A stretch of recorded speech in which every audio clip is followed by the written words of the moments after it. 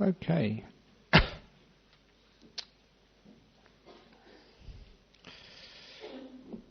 For this evening's talk, I decided today to talk about unceremonious Buddhism. In other words, that many people sometimes see the ceremonies in religions like Buddhism as having no meaning and sometimes being a barrier towards real understanding. And I know that many modern people, the more ceremonies they have, the more etiquette they feel they're obliged to keep, then the more or the less likely they are to avail themselves of the beautiful teachings of temples, religions like this. And I know that some years ago, just a couple of Buddhists from Perth, they were travelling around Australia, and they went to Brisbane, and they were looking for the local Buddhist centre, find a place where they can listen to some Dharma, some teachings, do a bit of meditation. And so, not knowing the area, they rang up one temple, and they said, "Any meditation? Anything going on there?" And then straight away they asked, "Well, what tradition are you from?" And they said, "Oh, we're from Theravada, which is our tradition here." And the person on the end of the phone said, "Oh, I'm not into that ethnic Buddhism," they called it. As if Theravada was just ethnic and just culturally based. And recently, actually yesterday, I was called up by one of our monks in Sydney, and he was saying they just got some document from the immigration in Canberra, and they wanted to find out what was the different types of Buddhism in Australia. And we asked, what should we call us? Is this Thai Buddhism or Sri Lankan Buddhism or Cambodian Buddhism? Is it Theravada? Is it Mahayana? What type of Buddhism is it? I just told him to put down, which is certainly not Thai Buddhism. We've been trying to untie this Buddhism here for a long time. It's not Sri Lankan or Burmese, and it's just Australian Buddhism. So because we're Theravada, I said, call it Australian Theravada. And it means that, as Buddhism goes from place to place, we do adapt slightly. We make new ceremonies, make new ways of doing things to adapt to the local population and to bring people together. Because I know that many of you have come from all sorts of different lands, and we do keep some of our culture, but there's some of it we leave behind. And I know that many sort of Thai people come here, they lived here for many years. When they go back to Thailand, they think it's home, but it's changed. Just the same way that I was born in London. Go back to London now, you change. It's not the same, and you're not really English anymore. It's the same with each one of us. We all change our cultures. And when we come to a place like this, we want to have some sort of essence of Buddhism, but also that sometimes the ceremonies are helpful. And I know that if you don't have any ceremonies at all, if you just muddle through, then you got not real Buddhism. You got not the middle way, you get the muddled way. And that's sometimes what happens. Sometimes, especially Westerners, they throw away so much, there's hardly anything left. And that's called the muddled way. However, one of the nice things about this centre over here, we do muddle through, but this is as a core, what everyone can actually recognise as being Buddhist. And that's why we've been very successful here, getting people from all the different ethnic communities coming together, whether it's the Malaysians, Singaporean Buddhists, the Thais, the Sri Lankans, the Burmese, and look around me, there's people from all of those communities here. The Cambodians come along and invite us to go to places, the Laos. And so it's been a great success actually to get all the ethnic communities together, plus the Westerners. And why is that? It's because that we managed actually to present an authentic, genuine Buddhism, which actually has some ceremonies, but takes away the meaningless ones, so we can get to the heart of the matter. And this is really what I want to talk about this evening, about what are these ceremonies, not just in Buddhism, but in other religions, and why do they sometimes create so much difficulty for people? Because people, they want to actually to find some meaning in life, some wonderful tools, but for which they can progress and create greater happiness in their life. And when I started looking at Buddhism myself and look at the story of the Buddha, I saw this is actually exactly what the Buddha did and how Buddhism started. He was born into an age where it wasn't Hinduism. It's wrong to say that Buddhism came from Hinduism, because the Hinduism, as we know it today, only developed much, much, much later. It was this Brahmanism, this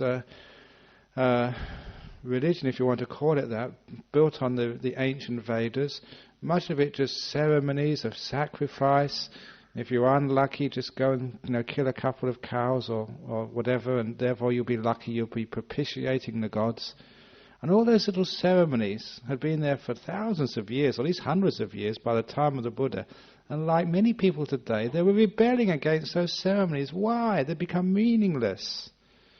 And there was the ceremonies which were actually stopping people going to the heart of their ancient religion. So the Buddha rebelled against that and made things incredibly simple. The trouble is, when we make them simple, then people make ceremonies of simplicity. And it's terrible just the way that human beings, they love ceremonies so much that when we just do something very, very simple, like have a cup of tea, and then we make the tea ceremony out of that.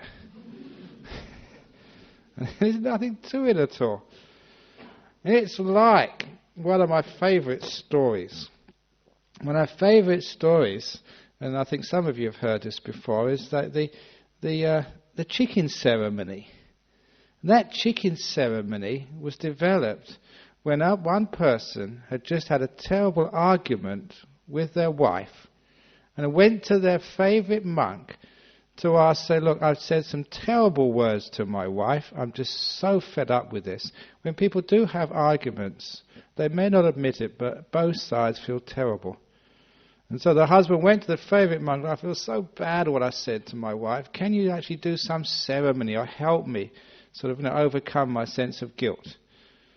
And he said, yeah, I've got the very ceremony for you, the chicken ceremony.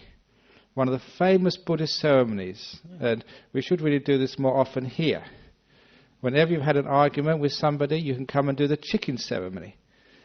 And the chicken ceremony is this. He said to this man, he said, go to the market and buy a dead chicken from the market and bring it back to me in this temple. And on the way to this temple, I want you to pluck it. Take all the feathers out and throw them away, because when you come to the temple, I want a plucked chicken.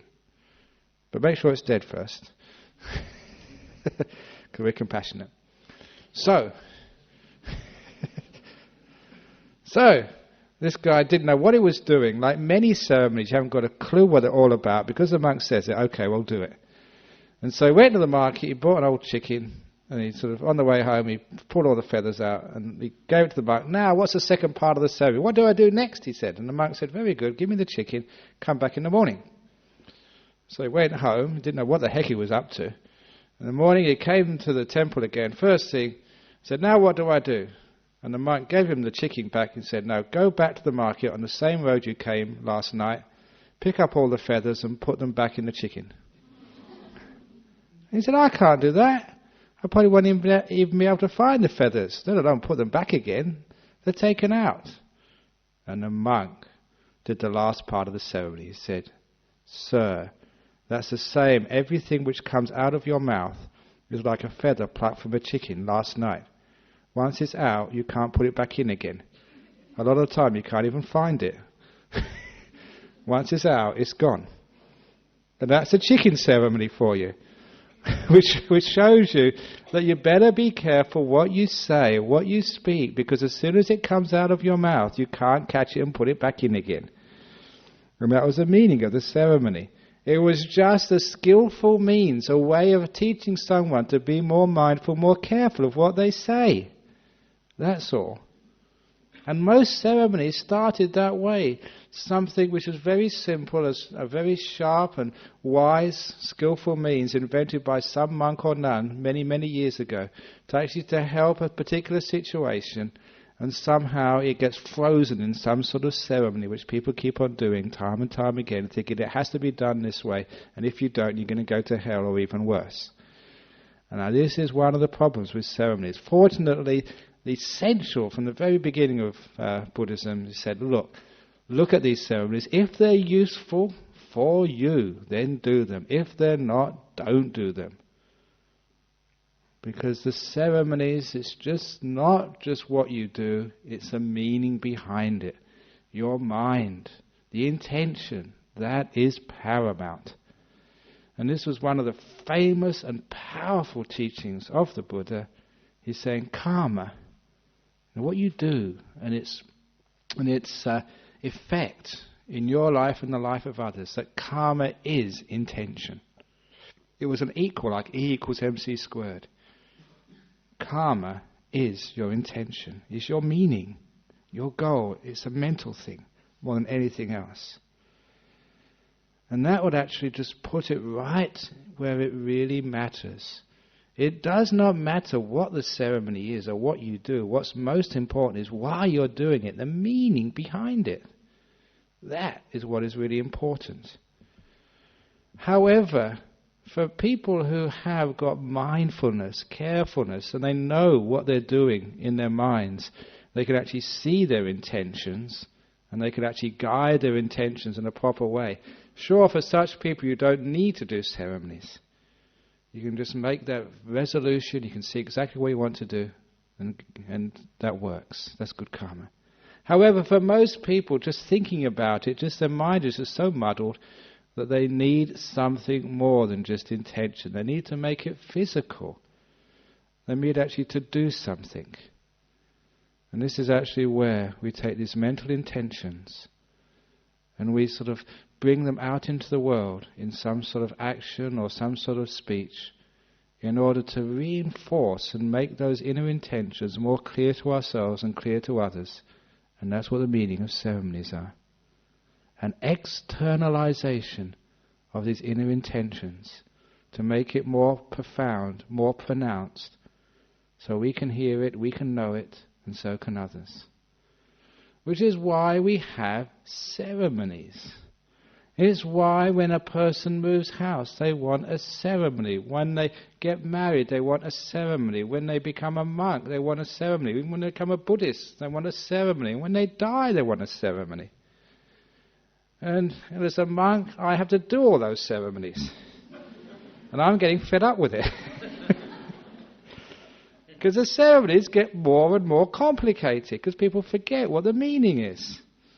This is one of the troubles. You know, sometimes you get like a house blessing, and they don't want it once, they want it every year, simply because the person next door had it every year. And they said, you went to their house, you have to come to mine. And then this is actually what happened, those people in Sri Lanka, you know what happened. You went to a house and you did a little bit of chanting, and then somebody else wanted some longer chanting. You sent 3 monks to one house, but the other house, because it was just convenient, you had 5 monks, so they want 5 monks as well. Why do you only send 3 monks to us? We want 5 also. And then someone else said, no, we've given more donations than they have. Send 7 monks. As if the number of monks, means that they're a better family. And not only that, the number of chants you do. So, can you chant, not just for half an hour, can you chant for 1 hour? And it got so bad in Sri Lanka that now you have these ceremonies where monks have to chant all night. Literally. From late in the evening, and they don't finish until the morning. And what are you doing that for? What's the meaning of that? Actually, what you're doing is, I remember Venerable Gunaratana telling this, sometimes that because he was the only monk, he had to chant, he had a cold, and he had a terrible sore throat for days afterwards. What have you done to this poor monk? What's the meaning of this? I saw this happen when I was a young monk in Thailand, because in those days, in these monasteries, they used to actually keep the bodies before they would cremate them. And it was getting so ridiculous that you keep your father, your grandfather, in the monastery, sort of embalmed in this big building, it's full of coffins. And the idea was, the longer you kept them, so, the more times every 6 months or every year you do a sort of a donation to the temple. And some people kept on keeping these coffins, not just 1 year, 2 years, 3 years, 4 years, 5 years. And it became like keeping up with the Joneses. How long have you kept your father? Only 5 years? Oh, I kept him 10 years. And it got absolutely ridiculous that everybody was keeping their coffins on, and no one would bury it, no one would actually do any ceremonies, simply because it was just like a status thing. Until the abbot has to say, everyone gets burnt this week. And that's the only way they could stop that rubbish. And sometimes these ceremonies get out of hand. So we have to know what the meaning of these ceremonies really are. What's the meaning of a funeral ceremony? What's the meaning of a marriage ceremony? When we don't have ceremonies at all, sometimes there's no meaning going on. It's like, when like a boy and a girl, they just decide to live together. When there's no ceremony involved, it's a different ball game. When you have a little ceremony there, what it actually means, the marriage ceremony, is that these two people, they come up and they want a religious ceremony. I'm very happy to do that because I realize this will give their marriage meaning. It will give their commitment meaning. They come together and they make this affirmation, not just to each other, but to all their friends and relations. And if they've got some sort of spiritual person they look up to, some priest or monk or something, or nun, in front of them, because look, we really respect you. And we want it something spiritual to say, I really mean this. I'm not just saying it. When you do a ceremony like that, with all the preparations, what it really means is when you say those words, they are powerful. Much more powerful than if you just came up to your loved one, and one you're going to marry, say, I love you. Now I'm going to commit myself to you. We're married now. Okay? Yeah, sure. Good enough.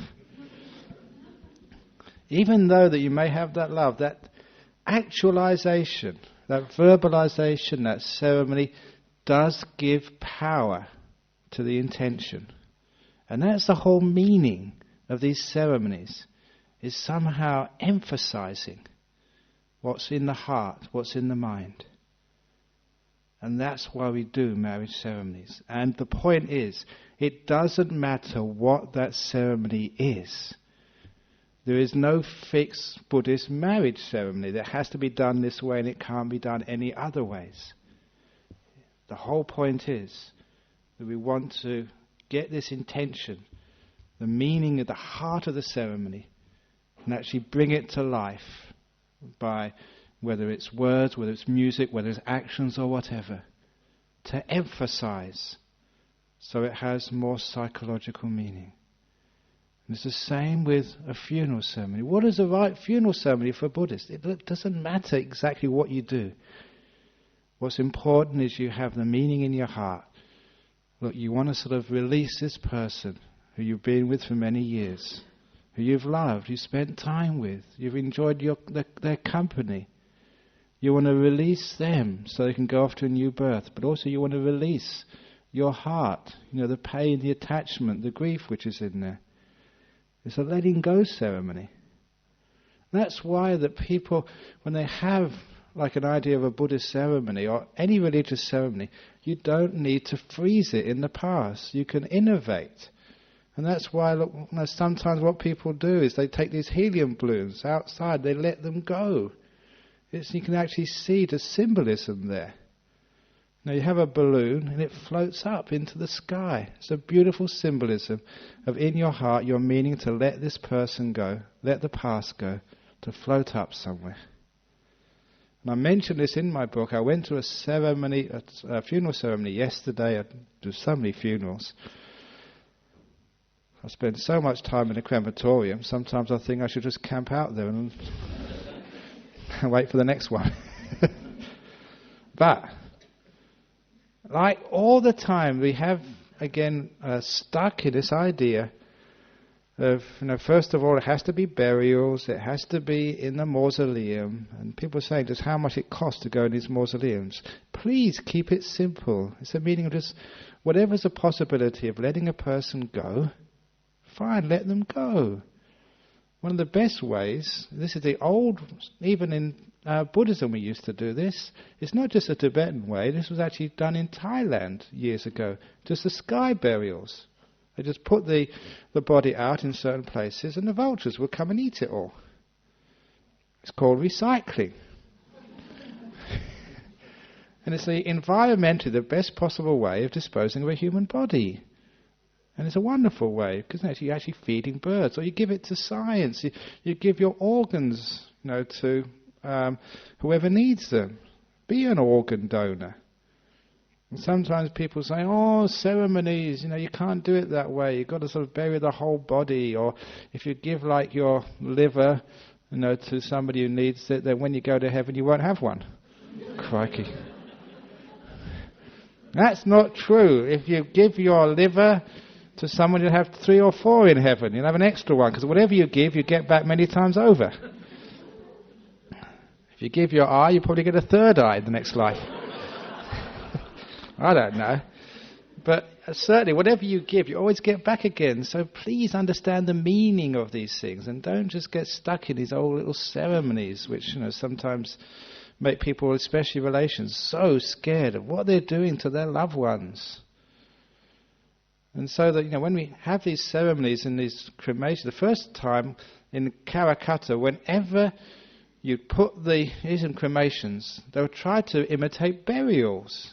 And so every time you put that, they still have this in Karakata, you put the box on the dyer, and you press the button, another one has to press the button, and it goes down, as if like it's being buried.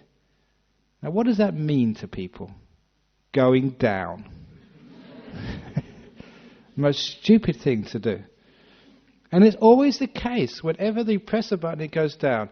Maybe you've got everybody nice and peaceful, you talked about Dharma, you've got people understanding, it's not the person, it's only their body, they've already left, that's not them. They start crying every time you press that button. And so I put this in my book. Why don't we actually, if we're going to have ceremonies, let's innovate and make them beautiful ceremonies. And so I put this in my book.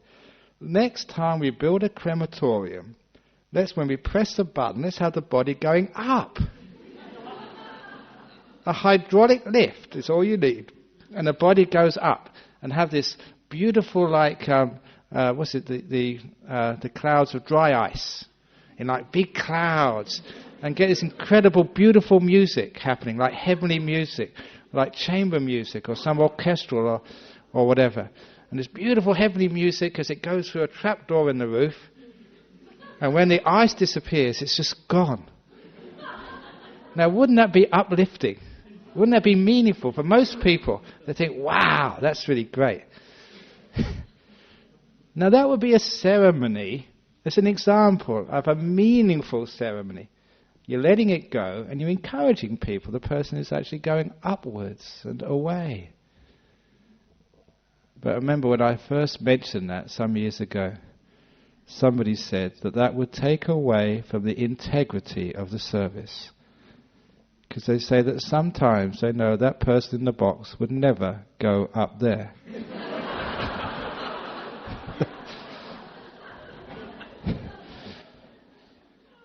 So, to adapt the ceremony, I decided we could have 3 buttons. One for up, one for down, and one for sideways. In case you know, because most people you don't really know, some good, some bad, so do the sideways button. And I thought to make funerals really interesting, we could have a vote on which button to press. Give everybody a reason for going. But the point is, this ceremony, obviously I wouldn't do that, because ceremonies have to be meaningful. And obviously if you just make it too ridiculous, it's not really a funeral ceremony. It doesn't really match the feelings and the people who are attending.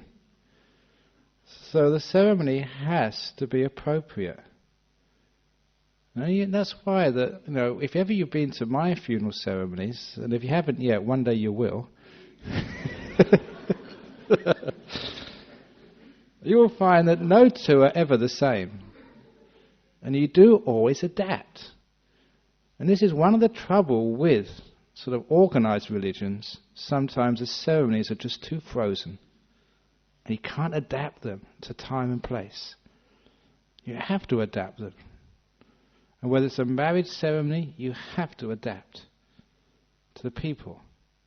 Because the ceremonies are there for the people aren't there for the ceremonies. The ceremonies are to give meaning to what's in their hearts, not meaning to what's in the scriptures, meaning to what's in people's hearts. That's what the ceremonies are there for. And that's how we've adapted these ceremonies over the years. And Buddhism has always been adapting. Like anything else, you adapt or you die, you become irrelevant. And I think there's too many parts of Buddhism have become irrelevant. And it's usually whether it's the Burmese people, or the Sri Lankan people, the Thai people, they are the ones who tell me, look, we like to come here rather than go to the Thai temple, the Burmese temple, or the Sri Lankan temple, because it's not relevant for us anymore. Our kids don't understand it. They do all this chanting, all this bowing, but what's it for?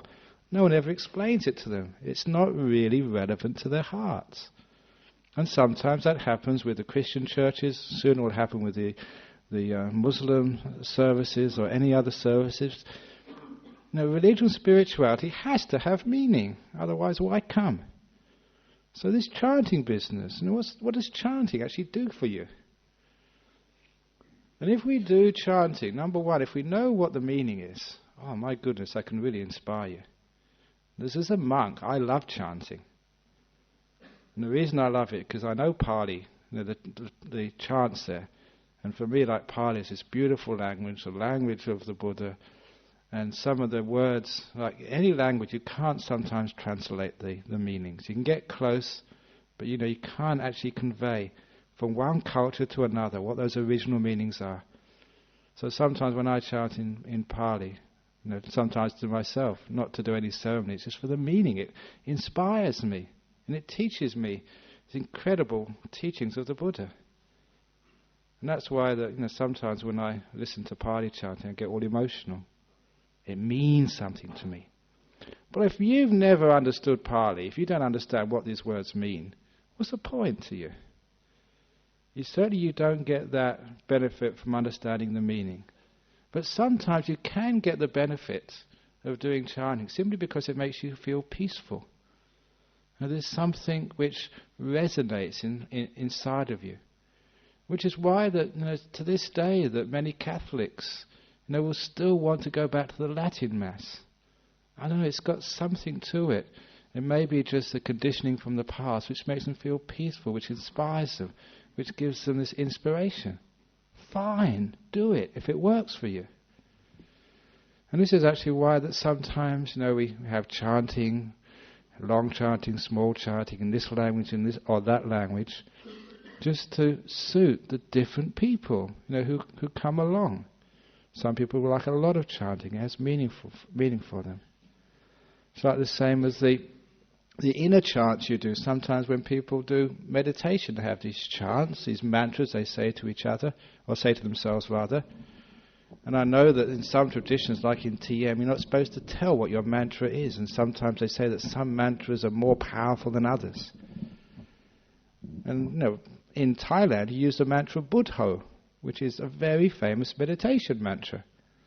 But that works for Thais who've got a feeling for what the word Buddha means. And so that is almost like a little, very easy ceremony, but it's powerful because these are people who've been brought up with Buddhism, who've known the word Buddha since the time they're very small. But you find it doesn't really work for some people, for Westerners especially. So because of that, I've developed another mantra which I found incredibly powerful for Westerners. This is I always teach this at my retreats. The Buddho mantra, you're supposed to, as you breathe in, you're supposed to say the word silently to yourself, Bud. As you breathe out, Ho, Bud, Ho, with your breath. But the one which I found more successful for Westerners is when they breathe in, they recite the word to themselves silently, shut. As they breathe out, up. Shut, up. Shut. And that's much more powerful than Buddho. Because it means something to them. It tells them what they're supposed to be doing. Shut up, stupid. So this is actually what the ceremonies are there to do, to give you meaning and to assist you in whatever the path is supposed to be. So, we have all these other little ceremonies, like, when you become a Buddhist, sometimes people come up to me and say, look, I want to be a Buddhist, what do I do? Do I get sort of like baptized or something? Certainly not this weather, it'll give you a cold. And even that little ceremony, that was actually not a Christian ceremony, that was a very old Indian ceremony. Washing in the Ganges, that's still going on now. But even in the time of the Buddha, all these Brahmins would go and wash in this river and wash in that river. And this is to show you how iconoclastic the Buddha was. When this Brahmin said, no, you should go and bathe in the river as well, wash away your sins, the Buddha. That's what he said to the Buddha. And the Buddha said, look, if that was really true, then all the fish and the frogs which live in that river, they'll all be enlightened now, because they've been washed every day of their lives. And that's in the ancient sutras. So much for baptism. Because all the fish have been baptized so many times. But that doesn't make you wise. That doesn't wash away anything. So the point is, the Buddha was actually very iconoclastic. He said, look, challenge it. Think it out. Be reasonable. Work it out. It's not that these ceremonies are wrong. They are very useful if you understand what their meaning is and you use it in the right way to make the meaning in your heart, in your mind, more pronounced. Which is why if a person becomes a Buddhist, we don't baptize them. We just 3 refuges and 5 precepts. This beautiful little ceremony, and it is so simple, done in a couple of minutes. But the reason we do that is simply because sometimes a person feels they're a Buddhist. They want to sort of commit. They feel inside there's a meaning in there, but they want to externalize it. And when they sort of take this little ceremony of the 3 refuges, and what that really means to them is what's in their heart, they're speaking out in front of somebody else, and it means much more. It gives that intention, that karma, more power. In the same way, when you go through a marriage ceremony, that's much more powerful than if you just decide to live with somebody. In the same way, if you go through a little precept ceremony, it really means something. Especially if it's with your favorite monk or nun. If it's with your friends. If it's with the people who mean a lot to you. What you're saying is, I like this path and I want to follow it. It's the same with taking these 5 precepts. I don't know how many times in Buddhist ceremonies I give these 5 precepts. And I do this because sometimes people need to keep hearing them because they're not keeping them. But this is actually how the ties. Please, I'm sure the Sri Lankans. Well, actually, I'll hit the Sri Lankans as well. Before I hit the Thais first of all, then Sri Lankans. I'm sure the Burmese do the same, and the Westerners are just as bad. Some years ago, we were given the 5 precepts. Every Buddhist ceremony to the Thai people, and they'd be putting their hands up to take the 5 precepts, as they usually do. And then we saw that some of the people had a finger down like this.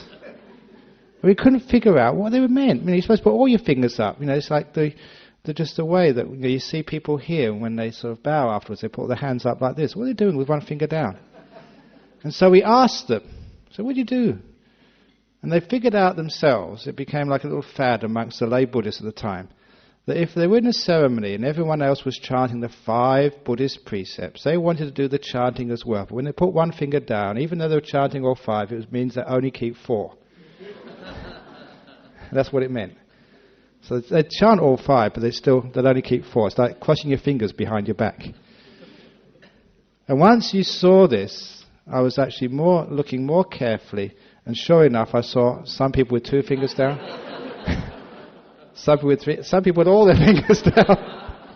And they're still chanting. They weren't wanting to keep it at all. And that is the meaningless ceremonies.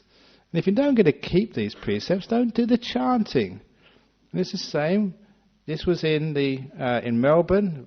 The place which I go there is many, many Sri Lankan devotees. And if they're listening to this, I've told you this before, that sometimes you give the 5 precepts to them on Wesak Day, and then they go out to their car and get out the whiskey and start drinking, even in the car park of the temple.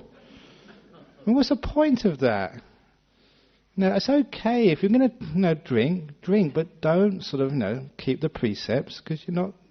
What you're saying is not what you're doing. It's like an empty ceremony. It makes the whole religion meaningless. It's because of meaningless ceremonies like that that people actually turn away from religion. If a person wants to keep those precepts, for their own free will, they don't have to. You can come to any Buddhist ceremony, and you don't have to keep the precepts. Everybody is welcome. You don't reject anybody. There's no excommunication in Buddhism. So everybody is welcome. It's up to you where you're at in your life. If this is what you want to do, fine. If you can't do it, fine. You'll be treated equally. There's a marvelous thing about Buddhism. It's the equality of the way you look at and relate to other people. There's no judgment that one person is better than another. In the same way, there's no judgment in a school which child is more intelligent than the other, the one in grade 12 or the one in grade 1. You can't compare people. Children in grade 1 have only just come to school. The children in grade 12 have done 12 years. Some people, this might be your first human birth after many lower realms. Or some people have been reborn as a human being many times or come from the Deva realms. How can you compare people or judge them? So if a person can't keep any precepts, they can still come here, and I can still be their friend, and they're still welcome to join the Buddhist society. So we don't have any judgment there. So a person, they don't need to do these ceremonies, just to, for some sort of status at all. It should come from the heart. And this is why we do little ceremonies like the 5 precepts, because we feel we want to take them in front of a monk. And for the Westerners, it's marvellous, and I'm very proud of the Westerners, because sometimes some of you have only taken it once in front of the monk. Maybe on Wesak Day, you come up here, you say, I really want to do this 5 precepts, I want to live by this. You take it once and you keep it for the rest of your life. Sadhu, sadhu, sadhu. That's inspiring. And sometimes it may be a Burmese person. I've already hit the Sri Lankans and the Thais, now the Burmese turn. Sometimes the Burmese, I don't know how many times they've taken the 5 precepts, but they still don't keep them. And to me, which one is better? In the sense of I'm more happy that someone uses a ceremony for its purpose. They want to really say to themselves, yes, this is what I want to do. This is my guidelines for life, and they follow those. Same with the ceremony of bowing. Because I know sometimes some of you would come here and you see some people bow and some people don't bow. That makes me so happy. If everybody bowed, I'd be a bit afraid that you're not really understanding what goes on here. Many people will be bowing just because other people do so. Just out of fear or out of etiquette, not really knowing what the meaning is. If you're bowing to something, it has to come from your heart. In other words, the bowing is like just a respect. In the same way that, even in Western culture, bowing is not Asian. In Western culture, you're supposed to bow. I remember, being taught how to bow at school. Girls used to curtsy. If you saw the Queen, you would bow. Or whatever it was. Never seen the Queen anyway, but that's what I was supposed to do. And the whole purpose behind that is just all people. The head is very high. What you're doing, you're lowering your head for somebody else. It's almost like more respectful. Whatever you lower your head down to, and something else is higher than you, that's what you show respect to. You may have seen me sometimes, maybe blessing a Buddha statue. I hold it up here. What I'm doing is just holding above my head. Or in Sri Lanka, sometimes you carry relics. You're holding above your head. What you're doing is I really respect what this means. So the act of bowing is just an act of showing respect, something which you really think is worthy, something which you really love, you see value in, is what you worship. Worship means worthship. And so because of that, I was taught a long time ago, whenever you bow, don't just bow as a ceremony. Be mindful, what's in your heart? Why are you bowing? And to me, whenever I bow to that Buddha statue or any Buddha statue, I don't bow to pieces of metal. That's why when people say, oh, well, you Buddhists, you just bow to idols. You don't bow to idols. If you want to find an idol, go watch was Australian Idol or American Idol. This is not... I'd never seen the Buddha on any of these shows. You bow to what that thing represents. So when you bow to a Buddha statue, I bow to virtue, peace, and wisdom, compassion. Basically, for those of you who know the Pali, Sila Samadhi Panya. The virtue is what I bow to first of all. And I love virtue, goodness, a good speech, kind speech, gentle actions, which is not harmful at all. I really, really value that. And so that's what I bow to, because to me the Buddha is a symbol of virtue, of goodness. He never went angry or hit anybody or turned people out of any temples or shouted at anybody. You're reading his life story, reading the accounts from his life, which there's only account we have is believable. He was this very good person. And so I bow to that as a symbol of virtue for me. If ever I think of my teacher, Ajahn Chah, he was just so virtuous, so gentle, so compassionate and kind. It's so easy to bow to that as a symbol of virtue. That's why many people, monks like me, have got a picture of him on the shrine. And I don't worship the picture, it's just a piece of paper. But I worship what it represents to me. Virtue. And peace, the meditation, stillness. It's the best thing I've ever done in my life, to be able to meditate. Someone was asking me this question the other day. When was the first time you fell in love? And I said, I fell in love when I first meditated. I fell in love with peace. I've never fallen out in love with peace. My first and only true love. Peace, stillness, it's just delicious. So I like to hang out with peace as much as I can. And I worship that peace. So that's when I bow down. I bow down to peace, to stillness, that incredible, tasty, delicious stillness in deep meditation. And the last thing I bow down to is like wisdom and compassion. I put those two together. Because I know the life story of the Buddha, just so compassionate, so wise. And we haven't got really a word which encapsulates both of those, but they have to go together. There's no compassion without wisdom. There's no wisdom without compassion. They go together. I bow down to that. I worship that. It's so important. Wisdom and compassion. So when I actually bow down to that, when I'm actually saying in my heart, the meaning behind it is these things are valuable. They're really important to me. Because they're important to me, I raise them above my head. And the only way I can do that, because I can't lift that Buddha up, it's too heavy, I've got to put my head down. I put my head down, I value that. And every time I do that, mindfully, in other words, I remember what I'm doing that for, it's not just some empty ceremony. What it really does is reinforce those qualities inside me.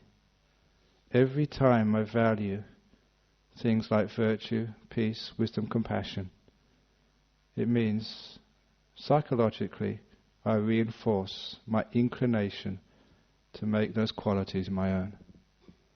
Every time I remember virtue, I will become more virtuous. Every time I value peace, I will find more time in my life for such silence instead of rushing around so much. And every time I bow down and worship compassion, I know I'll become a much more compassionate person as a result. The ceremony has meaning, and the meaning produces the effect. This is why we do these things. And so that when we understand the meaning behind these ceremonies, it gives the whole thing this power, this life. And even the Buddha statue becomes meaningful. And we can have them in their houses, not just as some curio, because Buddha statues are becoming fashionable now. Just like some people wear these red Kabbalah strings. It's just in to have a Buddha statue. But it's a waste of time having it there just as a piece without knowing what the meaning is behind it. So know what the meaning is, just to remind you of those things. I remember going to All Saints College about 15 years ago. An old headmaster of that school would give a talk on Buddhism. He invited me into his study for a cup of tea, just a chat. And the first thing I noticed, on his desk, he didn't have very much. He had a Buddha statue on his desk. And this was a Christian school. I said, what are you doing with a Buddha statue on your desk? I can't see any Christian symbols here. Do the governors know about this? I was only joking. And he said, look, I'm not a Buddhist, I'm a Christian, but every time I look at that Buddha statue, it gives me peace and serenity. I said, you know how to worship the Buddha. You don't have to be a Christian. Because worshipping, what you're worshipping, what's in that smile, in that serenity of a Buddha. You're worshipping the peace. And it's true, every time you look at that, you're reminded of peace. And that makes you more peaceful in your difficult job. Yeah, that's right. And that's what these ceremonies are all about. And understanding their meaning, and then making that meaning more powerful by going through some sort of ritual. That's why our forest tradition, our Theravada tradition, now it started from the Buddha, just taking away all of the extras which weren't really necessary. And what was necessary, giving it meaning. Ordination ceremonies had meaning. If you come to any of the ceremonies which we've had, you can see there's something there. Even giving food to the monks, it has meaning. We always tell you that you're giving life to the monks and to the nuns. You're allowing us to teach, to practice. So by so doing, you're part of the team. You get a piece of the action, literally. Whatever the monks or the nuns do, whatever meditation they achieve, they can't do it by themselves. It's teamwork. And you're part of that. This Buddhist Society of West Australia, it's not just a committee, it's not just monks and nuns. You are part of it. So this is when we do any dana, you're part of this. We all help in our own different ways. And that's why that sometimes, people have actually compared sort of their sanghas, the monks and nuns, to the footy team. And you're all our supporters, you're our fan club. So when we do well, when we win the sort of premiership, then you really get excited. Because we're in it together. Just like, if it's Fremantle or the Eagles, if they do well, you might be in the stands, you're not even kicking a ball. But when they win, it's like you've kicked the goals as well. It's the same way when any monk becomes enlightened, you also kick the goal as well. This is where we get inspired. So this is actually where we have the meaning of why we go to temples. And one of the other reasons why I'm giving this talk is there's some ceremonies coming up soon. On Sunday there's a ceremony at the nuns' monastery to start the rains retreat. And then a week afterwards at our monks' monastery to start the rains retreat. These are ceremonies. Why go there? Why actually take all this food to the monks? They're already too fat. They don't need any more food. And if ever you go there, either on Sunday to the nuns' monastery or the week afterwards at the monks' monastery, you see so much food there. And this happened to one of our monks when he first went to England. And some of the Thai people served him food, all have it in this big bowl. You see the bowls we have. And this Englishman came along, and he didn't understand anything about Buddhism. And he looked inside this monk's bowl, and he said, bloody hell, there's enough here to feed a bleeding army, he said. Please excuse me, but that's what he said. Enough food in there to feed a bleeding army. There was a lot of food, but that wasn't the point. The point was that people needed to share.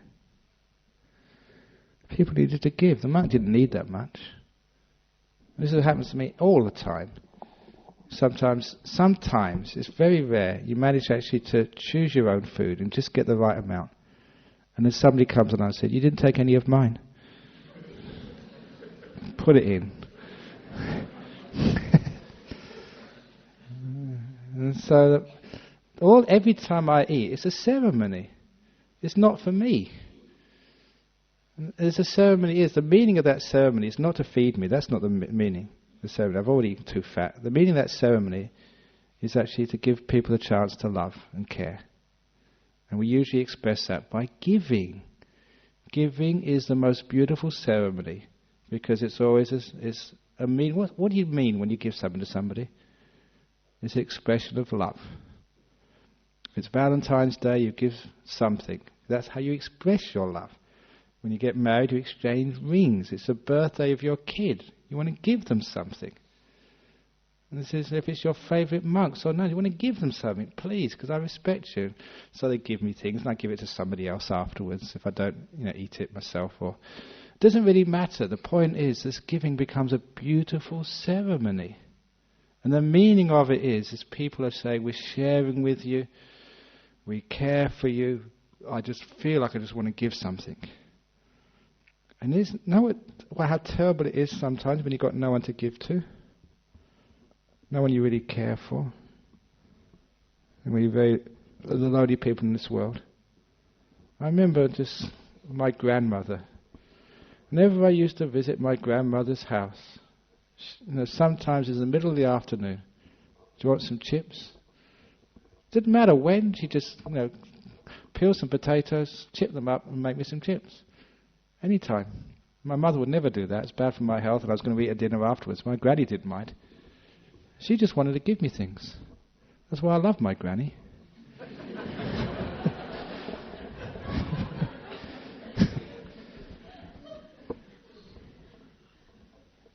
It didn't matter if it was I needed it or not. That was not the point. She just wanted to give. And isn't it lovely that when we have these beautiful ideas, we just want to give to each other? So that's why it doesn't matter being a monk, nun, or whatever. If anyone ever gives you anything, please accept it. Because they need to give it to you. Even if it's a policeman who's caught you speeding, they need to give you... That's not the giving which I really meant. But no, it's just the way that we express our love. And so the giving is a beautiful ceremony. And it has meaning to it. And that's why just most religious festivals means like festivals. That's where the word festival comes from. There's always a feast in the beginning. And as all religions do this, what's the point of having feasts? It's not the eating which is the point, it's the giving and the preparing. That's what the point is. It's a way of expressing your care, your love. If you know what you're doing it for, all this service has incredible meaning. And sometimes, it doesn't really matter if you're doing a fundraiser. We had a fundraiser last week for our retreat center. It does not matter how much money is raised. What's most important is that people have the opportunity to come together, have a great time, enjoy themselves in doing something good. That is what's most important in the ceremony. What's amount given is not important. Why it is given is important. So we do have ceremonies in religion. We do have ceremonies. We make up our own ceremonies sometimes. We have the incredible, powerful ceremony for the forgiveness ceremony. I should mention this. This is part of the Buddhism which I've grown up with. If ever two monks have an argument in the monastery, in my monastery, I've seen this years ago. Number one, it doesn't matter who's right and who's wrong. Never think about that at all. Usually the smart one, the one who gets all the kudos, is the one who asks forgiveness first. Doesn't matter if they're right or wrong. I ask forgiveness first. And I've taught that, encouraged that, and so monks are pretty good at that in my monastery. They just rush up to be the first to say sorry. And if you just say sorry to someone, with our government trying to have some reconciliation with the indigenous owners of our land, just saying sorry is not enough. It has to be done with a ceremony, with meaning behind it. Because when we do like a ceremony with meaning, then it's more powerful sorry than just saying I'm sorry. So our tradition is to get some flowers and incense or something and put it on a tray. But for many years, I had hay fever. So I said, look, stop following that stupid ceremony. You're saying forgiveness, you give me all these flowers, and then making me sneeze even more. so you have more things to say sorry for afterwards. So a tray of anything you want to give or something. If you want to say sorry to your wife because of something you did, or sorry to your husband, it doesn't matter what you put on the tray, some sort of gift. Find something they like, which you think they really need. And just say, no, listen, darling, I don't know what I've done or said. You're my wife. I love you. Now please, I ask forgiveness. I'm a human being. I make mistakes. And there's no set formula. You say it from your heart. You make it up as you go along. And then that ceremony has meaning. And when you do that ceremony, it's so powerful because it moves the other person. And the other person says sorry back, and they give you a gift back. It's a beautiful ceremony which keeps people living in harmony and peace together. The forgiveness ceremony. And sometimes you have to forgive yourself as well if you've done something bad. So you do a little forgiveness ceremony. You can make up that ceremony as you go along. Some people do make it up. They come here of an evening and they just give a flower to the Buddha or something, or light some incense, or light a candle, whatever it is, doesn't matter. And they just, by asking forgiveness of a Buddha, they're asking forgiveness for themselves. It's only a piece of metal there. It's no magic. But the magic is in what it represents. It's symbol. And that way, a person, if they've done something terribly, terribly wrong, they can come up, just offer a flower or something, and look at that Buddha, and see the compassion and peace. If they're a Christian, they can go to church in front of the altar and think of a compassionate Jesus. Doesn't matter. What would Jesus say? What would a Buddha say? They would say, I forgive you. So coming to do that ceremony, by coming here, or going to a church, or doing something, it actualizes what's in your heart. It makes the karma, the intention, more powerful by doing a little ceremony.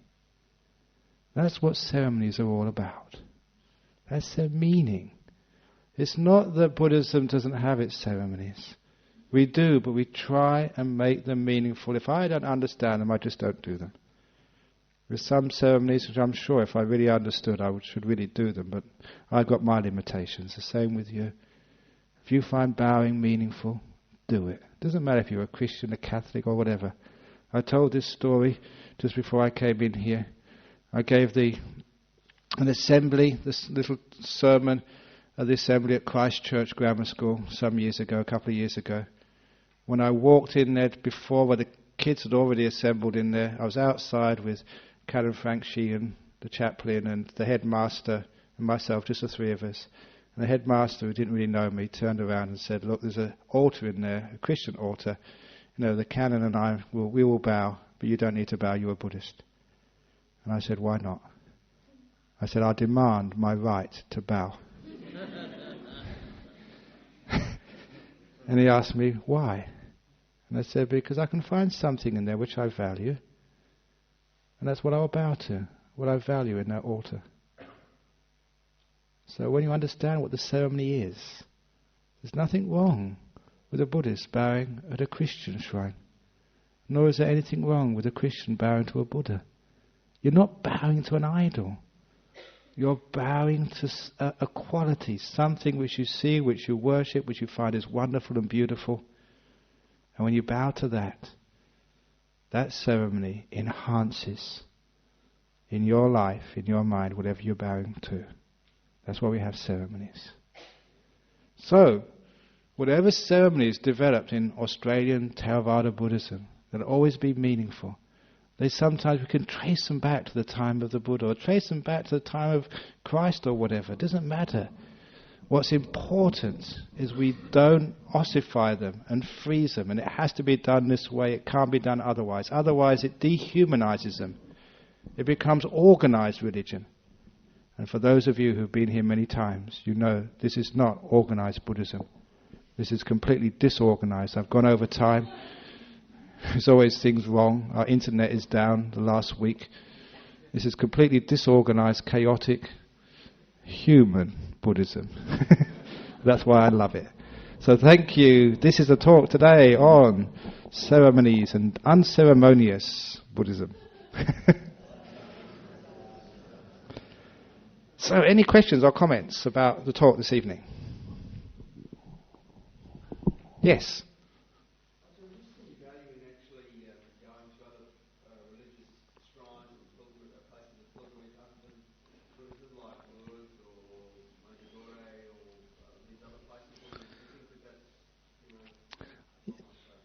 I think that it's a wonderful thing to go and visit other sort of shrines of other religions.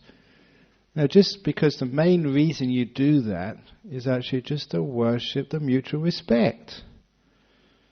Make that ceremony of, that you want to respect other people, not necessarily agreeing with them. We all have our different interpretations of the world and of truth. We may not agree with you, but at least I respect and I worship our friendliness between different peoples. And it's just so important and necessary that we actually learn to live with each other. And it's just, you can't have too many more terrorist bombs. And it's how much chaos and how many tears, how much pain that causes. And it'd be marvellous to invite every terrorist to come to the Buddhist Society of West Australia and worship here, and I'll go and worship at your shrines. That's our deal. It'd be friendliness to say, look, we're not against you, we're on your side. We're on the side of human beings and understanding each other and respecting each other. And that's what we can worship, mutual respect.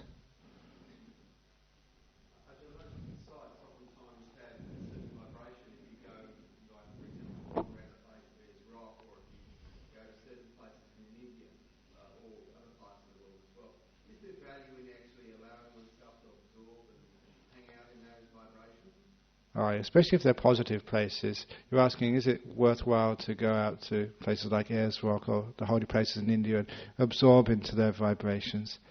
Yes, wonderful thing to do so. But sometimes it's not good unless you're very strong spiritually to absorb into the negative emotions.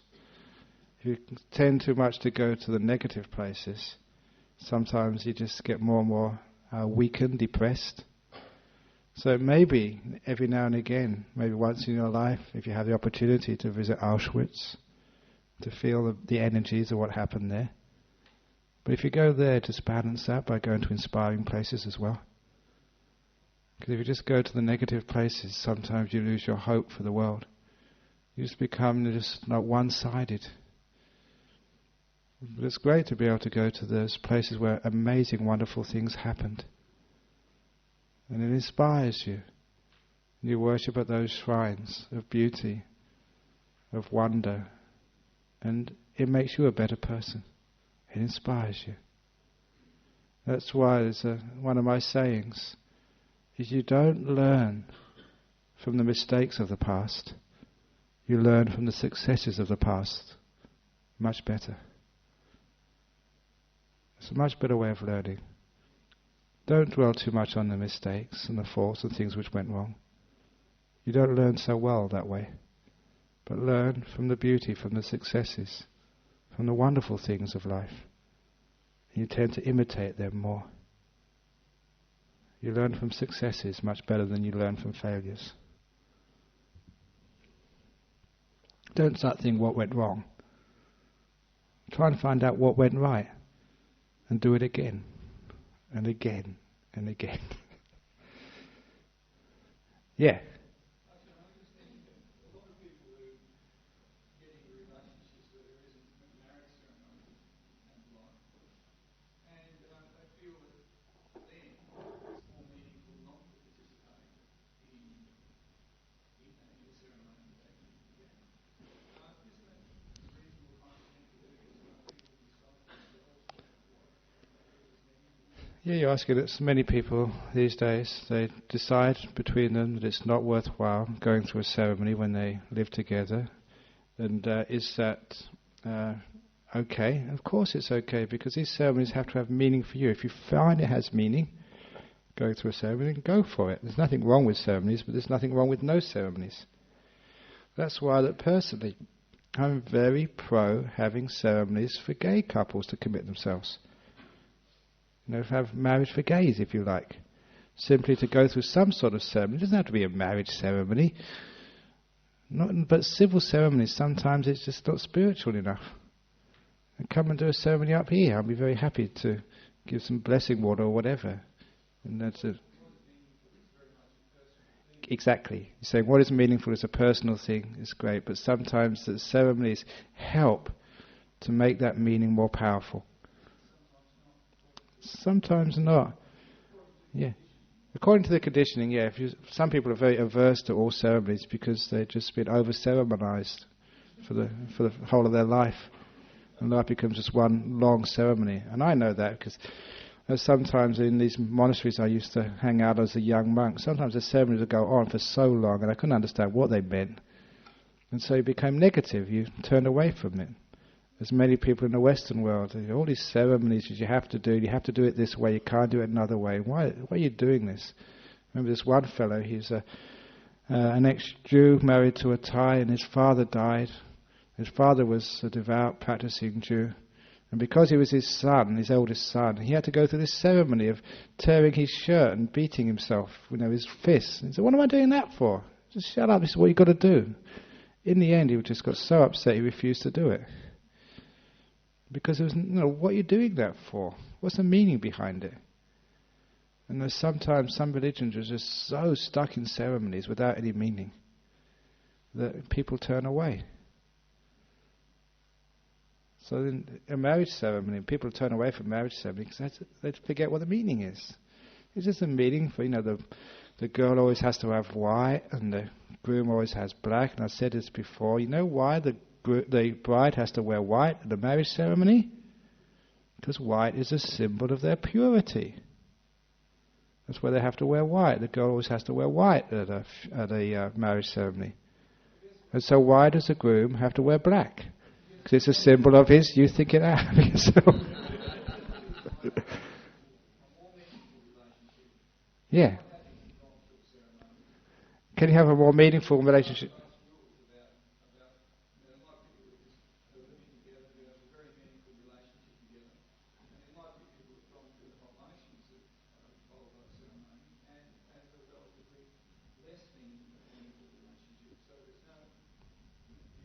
Yeah, I hear what you're saying.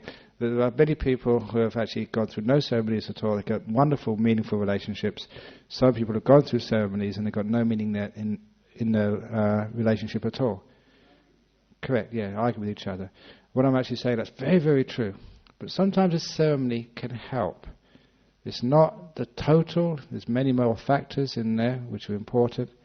Sometimes ceremonies can help. And even if you haven't actually gone through some marriage ceremony, that I'm sure that in relationships which haven't gone through a formal marriage, there's many other ceremonies which you develop in your own way. And this is the point here. Don't freeze ceremonies in one particular way and no other way. Even though that little ceremony is that, you just take out your partner on the anniversary of the day you met them. You just give them a special little treat. Or every now and again that you have on their birthday, which is a ceremony, you really treat them extra special. There's always ceremonies we have on Valentine's Day or whatever. Hopefully, if you want a successful relationship, you give your partner something special that day. Whatever it is, ceremonies sometimes help. They're there to be made use of, but they're not there to oppress. So it doesn't have to be a marriage ceremony. But there are many other ceremonies. I'm sure that everyone who has any relationship, they do some little ceremonies every now and again. Even if it's a Christmas ceremony or whatever, it doesn't matter. Even as a Buddhist monk, when it became 25th of December, we used to, in our monastery in Thai, we used to celebrate Christmas. We used to invite Ajahn Chah over on 25th of December every time to give a talk. And he used to come over every 25th of December to the Western monastery, to spend that day with us. He was almost like our own little father, Buddhamus, we call him. This wonderful little Ajahn Chah. And that's what he used to call it. He used to call it Quit Buddhamus Day. That's what he used to call it. But, it was a ceremony because we'd been brought up with this ceremony of, peace and goodwill to all beings and being extra kind to people on that day. And he said, yeah, we can celebrate that. We found meaning in it, even as Buddhists. So you can always... But I think I've got the meaning of the talk through today. That ceremonies are useful, if you really want to. But don't be oppressed by them. Don't think they have to be done this way. I'll fight tooth and nail. When we have all these ceremonies, this is the way it's supposed to be done. Why? Do you have to, when you have a funeral, have the funeral? You have this big limousine like yesterday. So this big limousine behind. You don't need that. Go in your own car instead of wasting all this money on a big limo in the back. And don't just follow traditions without meaning. Think it out for yourself. What is meaningful? Okay, Bianca's partner, Ron Battersby, one of our great members of our Buddhist society. We did his funeral ceremony here, and he went to the crematorium in his ute. He was a builder. That was amazing. That was really beautiful and inspiring. And just outside here, had all his friends cheered him off when he went to the crematorium. Now that's a ceremony which had meaning. For his whole life, he was in the building industry. He went on his last journey to the crematorium in his ute. Now that's meaningful. That's what ceremony should be. You don't need a big sort of hearse. I'm not here this evening. This is father many years ago. He was like a white water rafter. He spent his whole life actually doing himself and his little business of arranging for other people to do this white water rafting. So when he died, we built a little coffin for him. It was trying to shape like a boat. We couldn't really do it like a boat. It had a couple of oars on the top of it. And this is make the ceremony meaningful. And that means it becomes beautiful. And I better be meaningful because it's gone over time. But it's not. We don't have to finish at 9 o'clock every Friday evening.